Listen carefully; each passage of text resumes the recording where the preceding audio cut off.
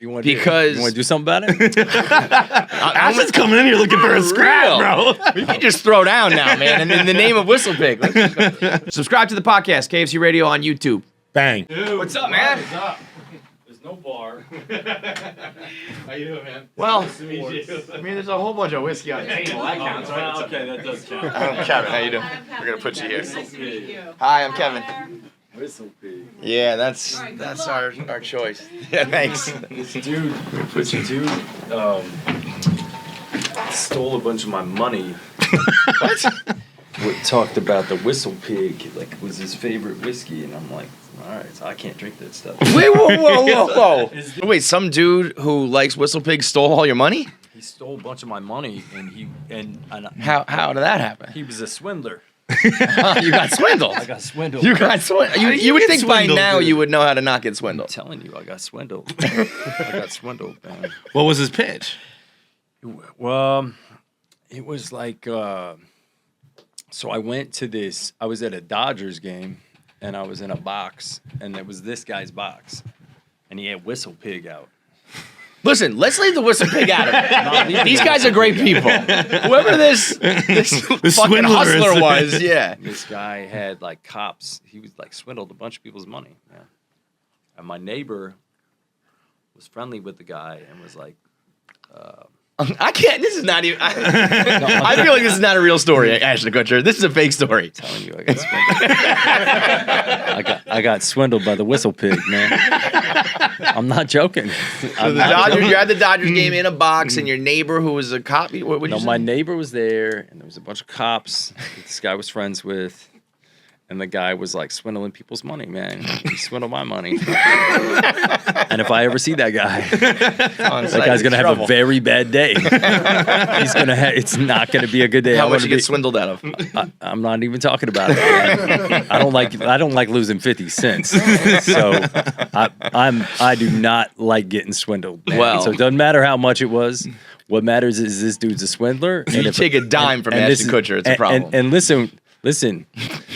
If I ever see the Whistlepig again, and I refer to him as the Whistlepig. Really? Yeah. Whistlepig man. Because he kept offering up Whistlepig like, This is some bullshit, man. You're just writing off his whole brand. No, I'm because of one swindler. No, I'm dead serious. He kept promoting the Whistlepig. He's like, this is as good as any scotch you're gonna have, any rye you're gonna have, any this. And I was like, all right, I'll try it.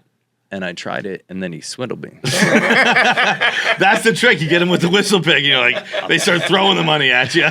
He was right about one thing, okay? I don't know about the rest of it. But it's as good as any scotch or rye you're going to have. I'm telling you, this dude disappeared to like Mexico with my money. Really? I'm dead Oh, serious. when you man. said, like, if I see him again, I thought he was like in jail or something. So he's no, gone, he's gone. gone. No, he's gone. He's in the wind. The feds are looking for him. Really? I'm telling you, man. Who's gonna the find Whistlepig him is on the first? loose, and he's gonna get caught. Someday this dude's getting caught, and I'm telling you, it's gonna be. He better hope it ain't me that catches him. I was gonna say, who 'Cause if finds him it's first, me the that feds or Ashton? I feel like you got like one of those boards with the pin boards and the red lines, and I've tracked him down. I know where he is. I think I know where he is, man. The feds are looking for him. But boy, the Whistlepig don't want to run into me, man, because I'll tell him this guy's gonna have a bad day. that's the interview. Get out of here, man. I got to be honest, Ashton Kutcher. I hate your guts, man. Okay, I hate your guts. Hate away. What do you want to do? Because you want to do something about it? Ashton's coming in here looking for a scrap, bro. You can just throw down now, man. In the name of Whistlepig, you are the world needs. Yeah, I see you sweating. Yeah, I'm sweating. I am sweating, dude. I do sweat. I get hot. He sweats a lot. You got a little. I thought I was making you nervous. You got a little. No, don't flatter yourself. I sweat all the time. No, because you hate me, and then I when do. you're about ready to scrap, and now you're sweating a little bit. I can see the beads coming. Now I'm embarrassed. No, the world What's going needs. on? The world needs models and actors, and then the world needs smart people and developers and investors and all that shit. You are too much of the same. You can't combine those two things. Why not? Because that's not fair to the rest of the world. Okay. Because there's some fucking... You just need to stay in your lane. Because there's some people who are smart in developing apps who all of a sudden are going to get swooped out by Ashton Kutcher and vice versa with the fucking actors. What if I told you that I just don't know what I want to be when I grow up? Then I really hate your guts because you're fucking super successful at all this shit and you didn't even you just fell ass backwards into it? not in fall ass backwards into any of it, but I just don't think that you have to pick one thing. Yeah. Like why do you have to pick one thing? Like okay. I went to school. I was studying biochemical engineering. I wanted to be a geneticist. I learned how to code in computer code in Fortran in like 1996. Then some lady comes up to, and I did every junior high school play. I was in the Thespian Society and competed in like acting competitions and things like that because I always wanted to be an actor. But I was in Iowa, and you're in Iowa, and you're like, what am I gonna go do? Like local theater? Like I'm not getting out of here. And that's the sensibility I had. So I was like, all right, I'm gonna do the sensible thing. I'm gonna go be a geneticist. My brother had a heart transplant when we were like 13, and I was like, I want to figure out how to keep that virus that attacked his heart from going into lysis. By the way, they just figured it out with COVID, which is kind of amazing. Wow. But that is what I wanted to go and do. I wanted to do that job. And then this lady came up to me and was like, "Hey, have you ever thought about being a model?" I thought Fabio was the only male model. Yeah, like I'm like, I don't fit. I'm not that look guy, like that. right? Yeah, like yeah. I was like, and I was at a bar. It was actually funny. She comes up to me and she's like, "How old are you?" And I was like, "1 second. Can I get a beer?" Amazing. 19. and then she's like, "Have you ever thought about being a model?" I was like, "Well, no." And I was like, "I've thought about being an actor." She's like, "Well, this would be a good way in." So I go to this competition and I win a trip to New York. I get to New York. I have $100 in my pocket. I got my Boy Scout duffel bag, my sleeping bag, a Swiss Army knife, and I'm like, got here. I called my dad. I'm like, I'm not coming home. I'm gonna do it. And so then I like walk down to Broomall West Broadway every day, sat at the agency for 8 hours a day because I didn't know. I was like, it's a job. I gotta be here for 8 hours. My agent's like, you just like sit in the waiting room? I would just sit there, man. I would just sit at their desk. I'd only ever worked like 9 to 5 jobs. I'm like, you at least have to be here for 8 hours a day, right? That's great. And I think my agent got so annoyed with me sitting there all the time, she got me a manager. And so then I would go and sit in my manager's office and be like, send me out on something if you want to get rid of me. Yeah. And then I would go, and then I started working, and then I started getting work as a model. And then I did like a student film, an NYU student film. And then I booked a Pizza Hut commercial. And then I had flown to LA to test for a show. And then I booked that 70s show like the first couple of days I was there. That's insane. And then I was working. And then I started a production company when I was 21 years old and had like 7, 8 people, 10 people working for me by the time I was like 25 in the production company. And then I saw buffering speeds getting faster and faster online. And I knew from my engineering days that was going to be the moment that the internet became a real thing. I was like, we need to shift all of our production to digital production. And my partner and our board was like, and I was like, we should invest in these companies, produce content to build up the value of the assets, and not take payment, but then grow the capital through the investment in the companies. And then the board was like, no. And so then I started an investment firm, and then now Just did it yourself, like, fuck you yeah, guys, and now I need that's what we're doing. That is. See, but do you not see why I hate you? You're like, so I was a biogeneticist engineer, and then I was like, and then I became a model, and then I got that 70 show on my first shot, and now I'm a production. I mean, it's a bit much. It's a bit much. How much? Leave some for the rest. How of us. much do you sleep every day? Not enough, apparently. Maybe too much. Get after it, man. What time are you off today? No, here's the what time thing. do you finish working today? I'll tell you this much. If you start a podcast, then we have problems. Stay out of that lane. That's what we always yell at the people who are fantastically successful in something else, and then they start a podcast. You're not. You don't hate me. You hate you. Yeah, Yeah. that's right. Oh, welcome to the podcast. I was gonna say, that's the show. Okay, That's the theme, sir. Welcome to episode 1,375. So I recorded one episode of a podcast. No. And it was called "Let's Be Honest," and it was with a buddy of mine, and I listened to it, and I was like, "Nah, this isn't good." And then I canned it. So Good. there you go. Okay, That's good. That's how most podcasts. I think it's like something like 92% of podcasts don't get to episode 2. Yeah, you just gotta And keep doing I it. just listened to it back, and I was like, "Well, it was good, but I probably would have gotten canceled had I put it out." And I was like, That's always "You can't," because the hard thing. This is what I envy about what you all do is that the hard thing is it's easy to have a conversation for 30 minutes, for an hour, without saying something stupid. It's really hard to have public conversations day in and day out without saying something. So eventually we all say something stupid. Totally. Yeah. And the resilience that it takes to be able to do what you do and talk and have these conversations and talk about things, talk about all types of different issues without putting your foot in your mouth or with putting your foot in your mouth, but then figuring out a way to get it out. Yeah, that's more, hard. That's more the vibe. Yeah. That's hard. Yeah. Thank you. Speaking That's of the getting nicest thing canceled, anybody's ever had to say about podcasters. speaking of getting canceled, there's an article I read a while back in like 2019, I think, and it was in the Hollywood Reporter, and it's about how social media ended nightlife in Hollywood. Yeah. And you were in it, and nothing salacious or anything like that, but just like Ashton was at Evar a lot, or some whatever the bar was called. I don't know. Ivar. I'm not cool enough. It's okay. Do you like? You're Do drinking you Whistlepig? think that? Do you like agree with that thesis? Do you think social media changed? Because like, dude, there was they painted a picture of one night out in that article where it was like Beyonce was dancing on the floor. Jay-Z and Kanye were rapping. Prince was sitting in the back. That 70s show was in a booth. Like, Yeah. was it really that crazy? Cool, huh? It wasn't social media.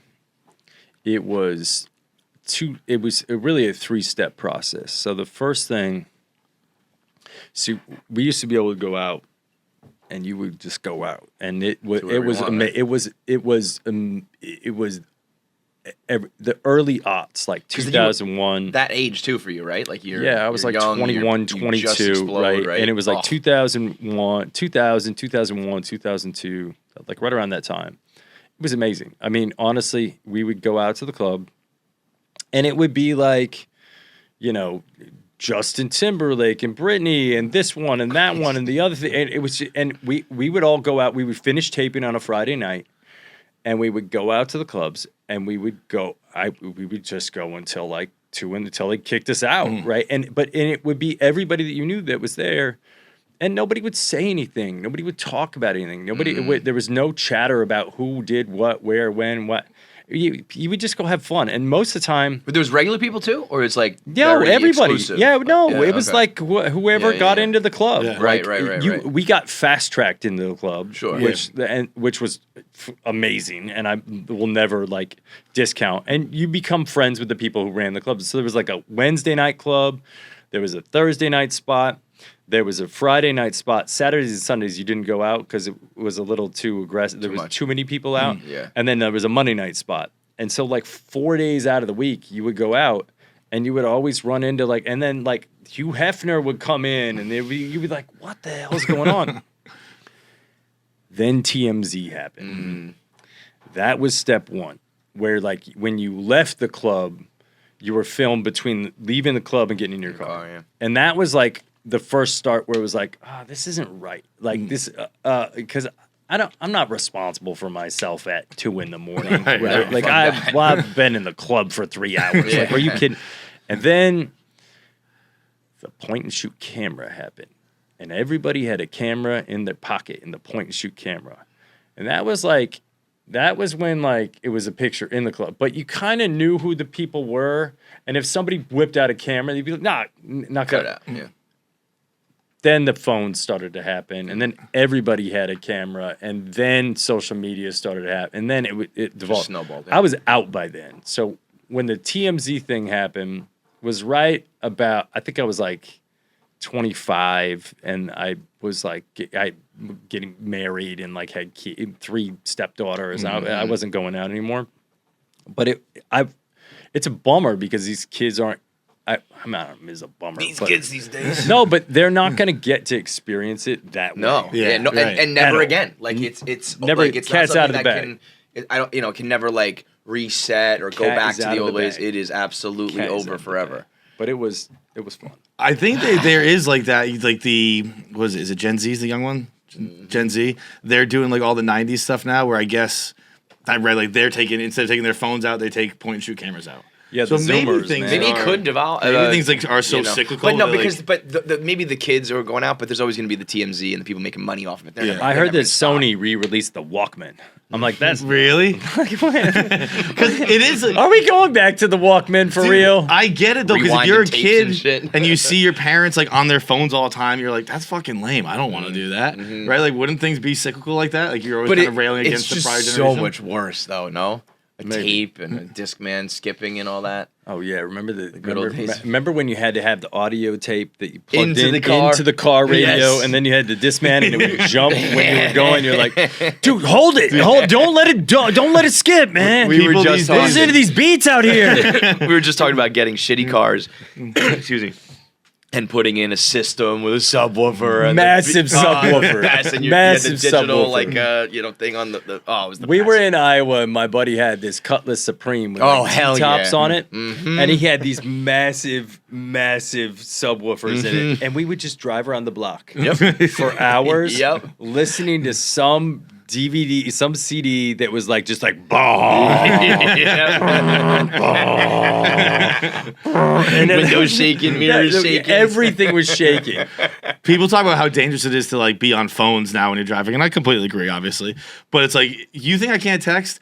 I used to have a fucking full like CD envelope like a where I'd flip laptop. flipping through. I'd have like my Discman in one hand, and Pulling out the CD in the Rusted teeth. Roof. Yeah. You getting like rusted root and putting it in the tin, like, send me on my way.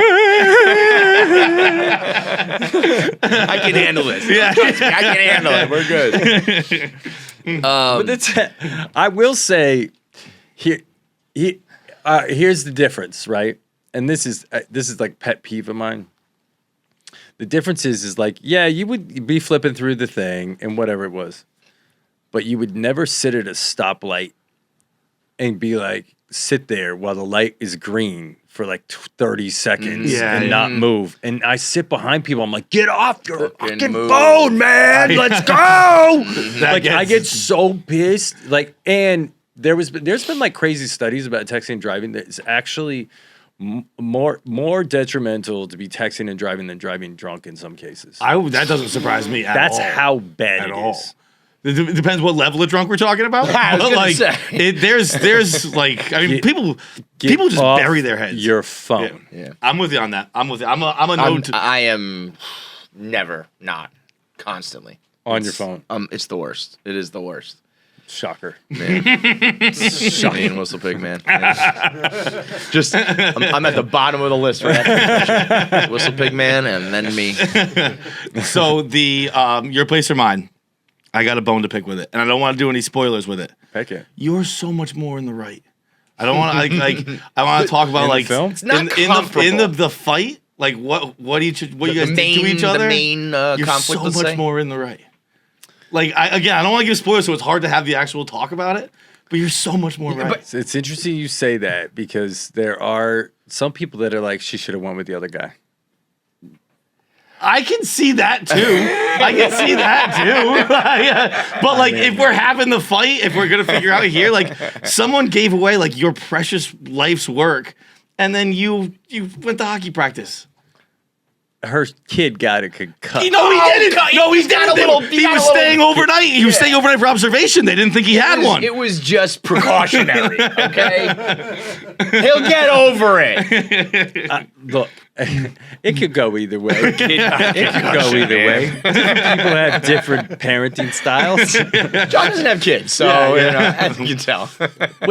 When you have kids, it's it's interesting because she basically has my character's baby, if you will, and I have her baby, and we both are, One's a real one, though. we're Living and breathing. neglecting the respect of each other relative to that. I get that. I understand. And as someone without kids, I'm like, dude. And as someone who played hockey, I'm like, look, he went to hockey practice. It's fine. It's all right. You played that's hockey? the perfect the perfect scenario for you to be like, just not a big deal.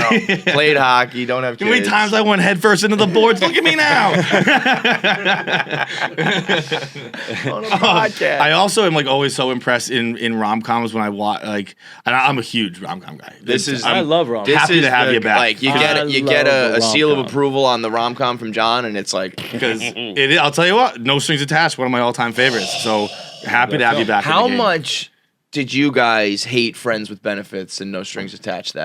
Is that even in your mind when that shit happens? When we were making it, I was barely aware of the fact that other film was being made, and it's crazy because it's my wife. And then the craziest thing of all is then we literally lived out that movie in real life, where we're like, okay, look, like we're gonna hang out and we'll be friends with benefits, and then see what happens. And then if somebody catches feelings, tell the other person, then we'll go. Shit. We lived out the movie that we both made that the other one didn't know that we were making. That should be a movie. That's the movie. That's the rom-com. Yeah, like, oh, we watched the movie. Let's do that.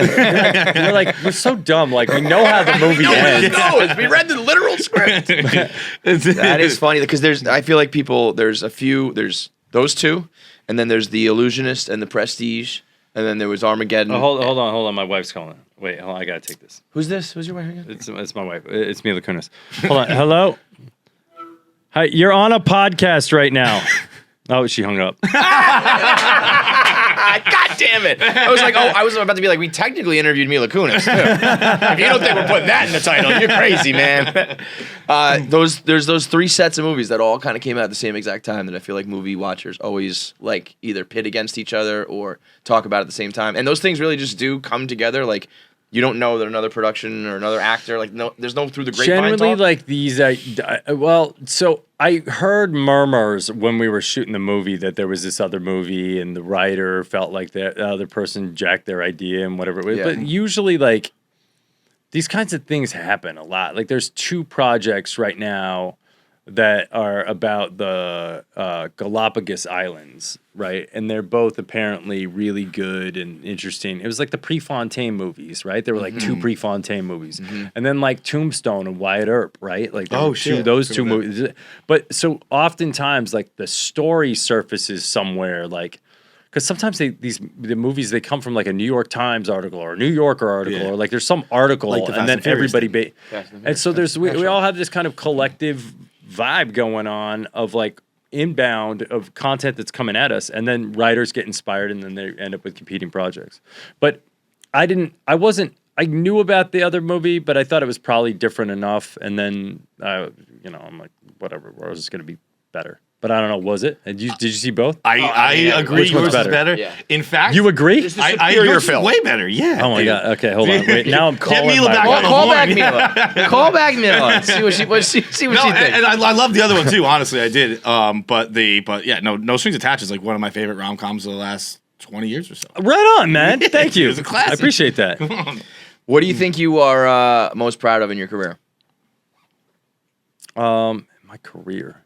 or your life, like Well, everything you've done? My kids. I'm just like, I got my dad hat on right now because it's like it is the #1 job I have. Most proud of in my career. I actually think that I was really afraid early in my career that I was just going to get pigeonholed and only be able to do one thing, and that was going to be it. And I'm actually probably most proud of the fact that I've been able to do a diverse number of things and do them well, and not do anything stupid enough to get me like knocked out of the game. Yeah. You know what I mean? Yeah. Because we all do stupid stuff. Like it's impossible to not go through life without making mistakes, and I just haven't done anything that was like dumb enough to get me knocked out of the game. So you can just keep doing. Yeah, I mean I've Hanging been around long enough. Longevity is hard to achieve. 26 years I've been doing this, living in public, like Yes. 26 Right, years of like right. having people watch what you do and not do anything that is like offensive enough to get you like whacked out of the game. Aside from Doing a not know podcast is who hard. Harry Styles is. Huh? Aside Yeah, from that not was- know who Harry Styles is. Come on, What an guys. idiot. Like here's What an idiot you are. How many times have you had to answer this question? But it's Wait, I that's just funny. talked about this. I'm like, it's like, hold on. First of all, this is like 5-6 years ago. Okay, see, I know the article I was looking So for. that's the year. fair. Okay. That's more fair. That is fair. So But kind of. I mean, I felt when somebody was like, "No, dude, that's Harry Styles," I was like, "Oh, okay, maybe I should know." But I don't watch. I don't look at pop culture stuff. Yeah. Right. Like if somebody asked me like, "What's going on with the Hubble?" or is it what's going on with like the latest in like Alzheimer research, or what's going on the latest in like AI, or what's going on in the latest, I'm gonna know. I'm gonna be aware of that. I don't know about pop culture at all. Okay, Like, so that was it ChatGPT or whatever? Is that going to be for real? it is insanely. Is that for going to real. replace Is it like writers and shit? podcasters? Can they do funny podcasts? Here's the thing. So everybody was like predicting that software was going to take everybody's jobs, and it was like questionable. Like it helped people work. It were tools to help people work better. When the question comes about AI and whether or not it's going to replace people, it's far more likely that it could replace people. And so we have to be thoughtful about how we apply it, but it might change what people are good at. Because right now, you get a ton of credit if you're good at coming up with like the creative content or like the quality of the writing or the quality of the interview or the quality of whatever it is.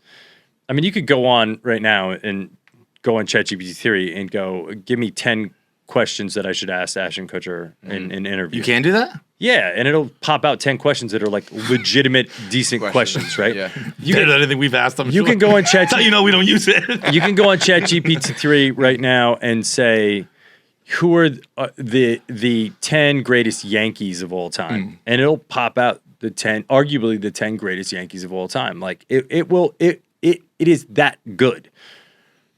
But knowing the prompt to give it is the thing that How to use you it, have yeah. you have knowing how to use it effectively is the difference between it giving you an extraordinary answer and giving you an answer that like anybody could give you. Right. And so but yeah, it's the real deal. It's I feel like it's almost Crazy like a vibrator though, where like sometimes like Use it in addition to? like but like girls are you're like gonna have ChatGPT whispering sweet nothings. Okay, Well, like, no. Tell her something more sexy. No. Yeah, like more like and more sensual. well like girls will say No, anything that'll turn her on. Just get her to sleep with me. girls will say like oh it's great.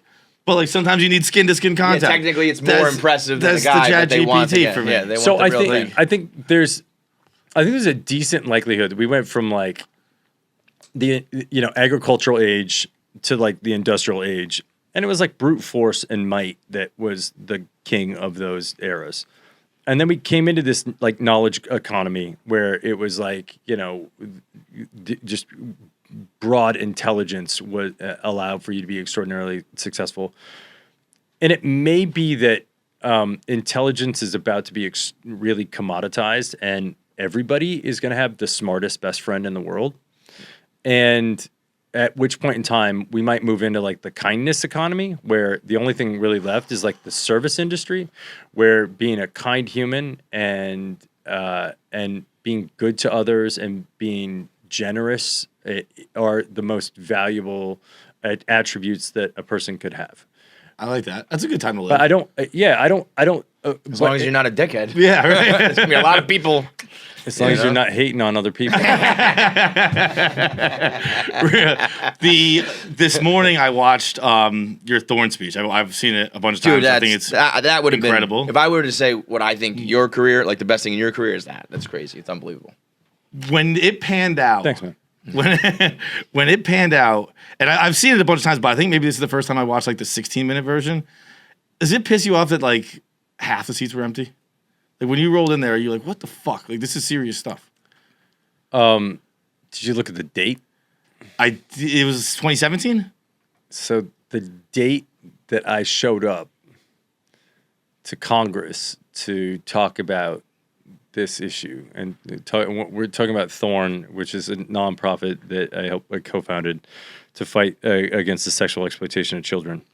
And we build software that helps private enterprise and law enforcement and people find kids that are being abused. So I show up to talk about it, And I walk in and I meet with John McCain and Bob Corker and a bunch of other people that were Jeff Kuhn. There were a bunch of different senators that were there. And all of a sudden, there's like a rustle in the room.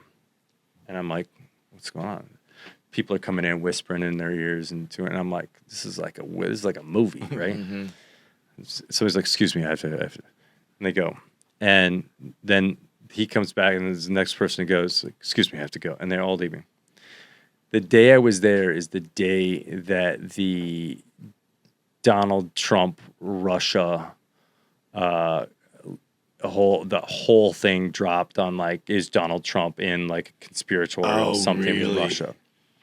And was Russia part of his campaign finance and everything else? And so the whole time, both sides, like Democrats and Republicans, are like shuffling in and out because they're going to get caught up on what's going on with that. That's gotta be hard as fuck to give. I'm sure you're used to that on like sets and things like that. That's gotta be hard to give a speech while people just fucking like, sit down and shut up. I was aware of it was happening, but to me it didn't matter. Like because I've always looked at that work as like life's work. Like that's going to be like a multi-decade push in order to really do anything effective. And it's kind of like chasing the tail too, because there's always more content that's going to be being created. There are people that are sick that are abusing these kids in these ways, and I can't stop these people from being sick. And so we're always going to be working on this. And so part of me was just kind of going like, okay, I'll be back. Yeah, it's not a one-day thing. And yeah, it's not a one-day thing, and it won't be a one-day thing. So and the work goes on. And we're, I think like in the last year, there were like 500 kids. I think there were like 6,000 kids that were identified using our software, and like 500 kids that were actually rescued. Wow. Like pulled out of the situation. And I think it was like 2,000 people have like, gotten prosecuted. And so the work still goes on, man. Yeah. We just keep doing it. That's really cool, dude. I mean, and for someone like yourself who could have I think it's very easy to just be a model or be an actor and like live the easy life. It's really cool that you do real shit that like actually matters. So that Carlos Slim has this like crazy quote. And so I think that work's important. But this quote from Carlos Slim that like always sticks with me is like, a lot of people try to make the world a better place for their children, when what they should really be doing is making better children for the world. And so I take my role as a parent like incredibly seriously, but I also like want the world that they live in to be like a place they want to live in, and a place where they're like not being exposed to abuse, and that there's safeguards for like really horrible things that happen. So I think that's incumbent upon all of us to like try to do our part. Making us other dads look pretty shitty. Well, thank you very much for coming. Come on, man. We're getting the rap sign. But check out Your Place or Mine on Netflix. It is fantastic. Great to have you back in the rom-com game. Thanks, gents. And super fun. It's an absolute pleasure. And watch out for the Whistlepig Man. Watch out for the Let's Whistlepig. make some fucking app to save us from the Whistlepig Man. Watch out for the Whistlepig, dude. This dude swindled me. Make sure you subscribe to KFC Radio on YouTube to get all the video content. Subscribe, comment, like, and make sure you turn on the bell notifications so you know whenever new video content drops. I want to say something, but the video has to be faster. That's it.